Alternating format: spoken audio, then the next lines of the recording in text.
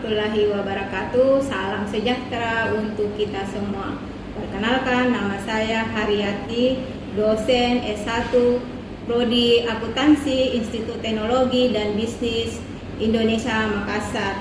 Saat ini saya mengampu mata kuliah akuntansi manajemen, yang dimana mata kuliah akuntansi manajemen ini adalah mata kuliah pokok yang berada di semester 3 dan bobot 3 SKS.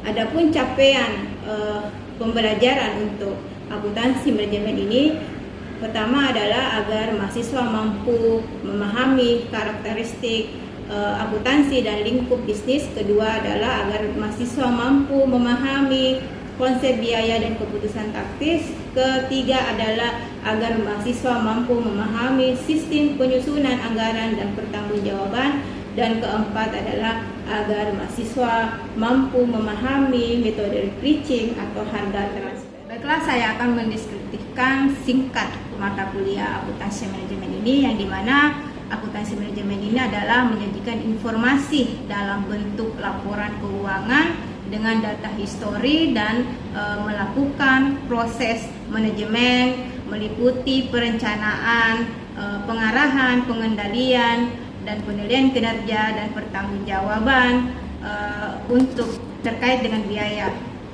Nah, adapun materi kajian untuk mata kuliah ini, yaitu pertama adalah karakteristik akuntansi manajemen, kedua konsep biaya, ketiga penentu harga pokok produksi, keempat adalah analisis inkremental atau biaya diferensial, kelima adalah keputusan taktis dan biaya relevan, keenam adalah penyusunan program anggaran, ketujuh adalah responsibility accounting, delapan adalah preaching method atau transfer preaching, dan kesembilan adalah activity based management, dan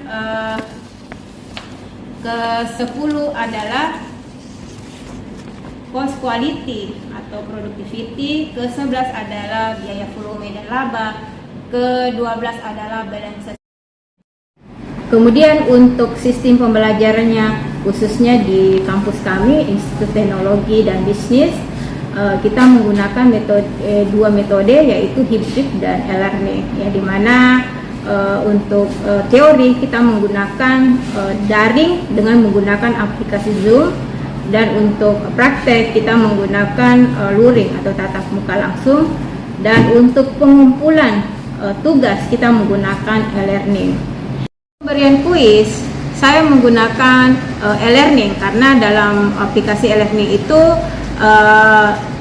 kita mampu melihat hasil kerja mahasiswa tersebut. Nah, untuk strategi dan metode pembelajaran yang saya lakukan itu untuk bagaimana kita bisa meningkatkan kualitas mahasiswa dan menciptakan lulusan akuntansi yang berkompeten dan berkualitas. Nah, untuk metode pembelajaran saya menggunakan 3 metode. Pertama adalah ceramah, dan kedua adalah diskusi kelompok, dan ketiga adalah latihan soal-soal. Nah, untuk ceramah, agar mahasiswa untuk bisa memahami materi pembelajaran dan yang terjadi dan dapat berinteraksi langsung antara dosen dan mahasiswa dalam pemberian materi. Dan untuk diskusi kelompok, di sini saya mengangkat studi kasus yang bisa nantinya dibahas secara bersama-sama. Dan ketiga ada latihan soal. Di sini metode ini saya lakukan untuk melihat sejauh mana mahasiswa dapat memahami materi yang saya sampaikan. Dan kemudian itu adalah untuk mempermudah pemahaman materi. Saya menyiapkan materi berupa buku ajar dan materi berbentuk Word yang saya upload di Siakar, sehingga mahasiswa dapat melihat materi dalam aplikasi Siakar tersebut. Untuk pemberian nilai, pertama untuk keaktifan saya memberikan 10%, dan untuk tugas itu 20%, dan untuk ujian tengah semester itu adalah 30%, dan untuk ujian akhir semester saya memberikan adalah 40%. Berikut ini saya akan menampilkan video pembelajaran mata kuliah akuntansi. Assalamualaikum warahmatullahi wabarakatuh. Waalaikumsalam warahmatullahi wabarakatuh. Selamat siang. Salam sejahtera untuk kalian semua. Alhamdulillah, kita panjatkan kepada Allah Subhanahu wa Ta'ala karena pada kesempatan ini kita masih diberi kesehatan untuk bisa melaksanakan aktivitas proses belajar dan mengajar pada hari ini. Adapun materi kali ini kita membahas tentang harga pokok produksi, yang dimana harga pokok produksi ini adalah keseluruhan biaya-biaya yang dikeluarkan untuk memproduksi produk barang mulai dari bahan mentah menjadi barang jadi. Nah, untuk penentu harga pokok produksi ada disebut dengan full costing dan ada disebut dengan variable costing dan activity basic costing. Nah, sebelum saya masuk di apa itu full costing dan variable costing dan activity basic costing, saya mau bertanya tentang, karena kita bicara tentang biaya ya, berarti saya mau tanya apa yang dimaksud dengan biaya? Ya. Jadi, Assalamualaikum warahmatullahi wabarakatuh. Waalaikumsalam warahmatullahi wabarakatuh. Menurut yang saya pahami, biaya itu adalah proses produk yang kita akan jual atau yang proses produk yang kita buat itu sendiri, yang dimana perhitungannya itu sudah ditentukan atau sudah diakumulasikan. Nah, di saat situ prosesnya biayanya itu kita tentukan di akhir, berapa bahan pokok yang kita gunakan, berapa peralatan-peralatan lainnya yang kita gunakan. Nah, habis itu di situ kita bisa tentukan biaya produk itu harga berapa yang dilaku di pasaran. Mungkin begitu, Bu. Oke. Jawaban yang sangat bagus. Jadi biaya itu adalah kas ya, kas atau senilai dari kas ya, yang dipergunakan untuk melakukan biaya untuk keperluan produksi ya, yang bisa dimanfaatkan di masa yang akan datang dan masa akan yang kekinian ya, sekarang ini. Nah, kita masuk di variable costing. Tadi kan kita lihat bahwa harga pokok produksi itu apa saja. Berarti kan untuk penentu dari harga pokok produksi itu ada 3 yang tadi saya sudah bahas, bahwasanya ada variable costing, ada full costing, dan ada disebut activity basic costing. Nah, kalau full costing di sini merupakan seluruh atau metode yang digunakan adalah seluruh biaya-biaya, baik itu biaya variabel atau biaya tetap, itu disatukan. Ya, jadi berbeda dengan variable costing. Kalau variable costing hanya bicara tentang biaya variabel saja. Jadi ada pertanyaan umpamanya, apa sih perbedaan antara activity basic costing dengan full costing? Perbedaannya terletak di kalau full costing berarti seluruh elemen biaya untuk memproduksi, baik itu biaya variabel atau biaya tetap. Kalau variable costing berarti di sini hanya lebih cenderung ke variabelnya saja, biaya variabel. Nah, sekarang kita bicara activity basic costing.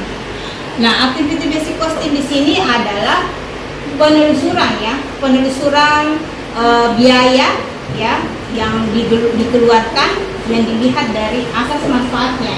Jadi umpamanya ada beberapa biaya yang dikeluarkan ya, yang tidak yang tidak bagus.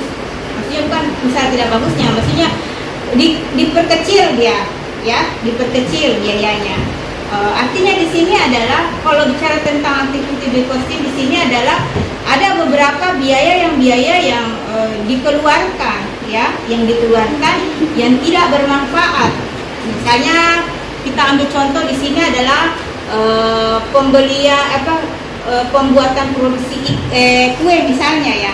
Nah, produksi kue di sini bahan bakunya apa saja? Apa lagi? Nah, kalau bicara produksi kue, berarti di sini kan tidak harus mentega dipergunakan toh. Tetapi juga bisa kita gunakan adalah santan dan minyak goreng ya, karena kan yang saya lihat di beberapa produksi brownies misalnya ya, itu digunakan adalah minyak goreng ya. Jadi yang mana aktivitas biaya yang harus diperkecil di sini? Namanya kalau mentega 1 kilo itu berapa? 1 kilo 80.000 sekarang. Terus bukan tergantung merek ya? Iya betul. Ya. Terus kedua lagi apa? Terigu. Maksudnya bahan baku yang agak murah daripada mentega. Berarti di sini adalah santan. Santan satu buah itu kan harganya berapa? 6.000-an ya? 8.000 dan 6.000-an. Tergantung kelapanya, besar atau besar kecilnya ya. Jadi seumpama kita menggunakan santan misalnya untuk satu buah dengan satu produksi kue misalnya, kita menggantikan bahan. Mana bahan yang paling irit ya, bahan yang bisa diperkecil biayanya. Nah itu nih yang diambil. Tapi kan hasilnya juga kan tidak jauh-jauh beda dengan cita rasanya, sama aja dengan kita menggunakan mentega misalnya. Nah ini kalau kita dikasih masuk dalam konsep metode activity costing, berarti penelusuran biaya-biaya yang mungkin manfaatnya itu lebih besar. Berarti di sini kita menggunakan misalnya kelapa ya. Tetapi kadang juga kelapa juga itu kan tidak bisa terlalu lama ya dipergunakan, paling berapa hari, paling seminggu itu sudah tidak bagus. Beda kalau kita menggunakan mentega. Nah ini ada plus minusnya ya, tergantung bagaimana kita mengelola produk itu. Apakah kita menggunakan seperti apa, mungkin supaya bisa bertahan lama, misalnya kelapanya itu kita apakan dia, apakah kita membuatkan dulu berbentuk seperti minyak apa dan sebagainya. Nah itu supaya kita memperkecil aktivitas biayanya, itu disebut dengan activity costing. Ada yang bertanya terkait dengan materi tadi? Kalau tidak ada pertanyaan, baiklah saya akan memberikan tugas. Di sini Anda mencari contoh tentang perhitungan bahan pokok produksi dengan menggunakan 3 metode. Pertama, variable costing, full costing, dan activity basic costing. Nanti tugasnya dikirim lewat siakat ya. Kalau begitu, ada pertanyaan tentang tugas? Sudah jelas ya? Oke.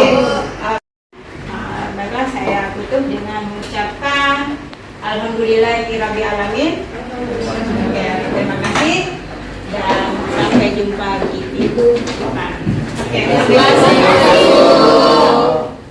Demikianlah pembelajaran yang saya tampilkan.